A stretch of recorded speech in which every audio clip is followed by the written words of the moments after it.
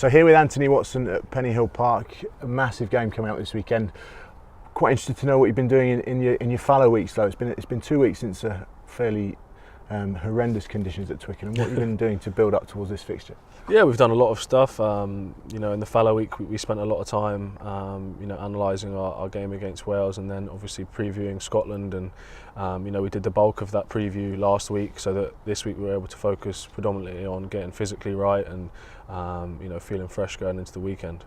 And what areas of the Scottish game do you think have functioned particularly well over the past fixtures that they've had?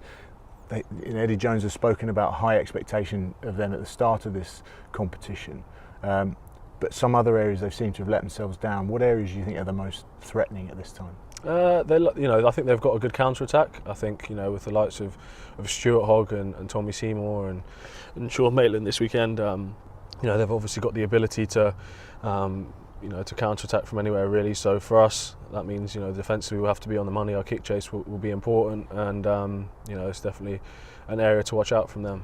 So this week has all been about detail really. Is there a lot of more time off the feet when you get that extra week to do your heavy loading before? I think there's a little bit less time spent on the computers this week than there perhaps was last week, or if there was 100%. If there was less time between the games, but then there's obviously more focus on being able to do your stretching, do your gym stuff, get your body right. So it's just whatever you prefer really. I think obviously the fallow week definitely helps. So we've been able to get a good amount of work in. And you mentioned in the press conference about playing away from home really ticking your box. What is it about playing away from home that is different from playing at Twickenham at full house? I don't know. I mean, obviously we're playing away from home. People, they try and get on your back, or try to give you, a little bit of jip and stuff like that, and all that kind of stuff just spurs me on a little bit. The crowd being against you. I don't know what it is about that, but that it inspires me to.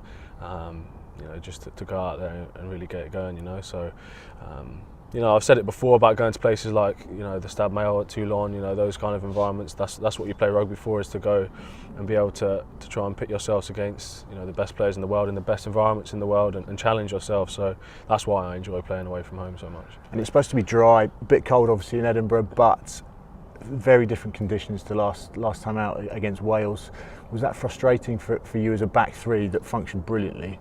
Was it frustrating from a perspective that you couldn't actually get the ball in hand and run as much as you perhaps might like to? No, it honestly doesn't bother me. If you'd asked me in my first 5 caps or 6 caps whether that would have frustrated me, I probably would have said yes, just because you're in a rush to try and show whatever you can do and that kind of stuff. But I feel like I've learned to try and impact the game in different ways, and it's just important, if it's wet or whatever, to be able to try and use your skill set or adapt your skill set to suit that environment, whether it's kick chase or carrying in confined spaces. You've got to be able to adapt, and that's one thing I've learned. So it doesn't frustrate me anymore. You've just got to try and find different ways of getting involved in the game and trying to do what's best for your teammates. Thanks for your time. Cheers. Best of luck this weekend. Appreciate it. Thanks, boss.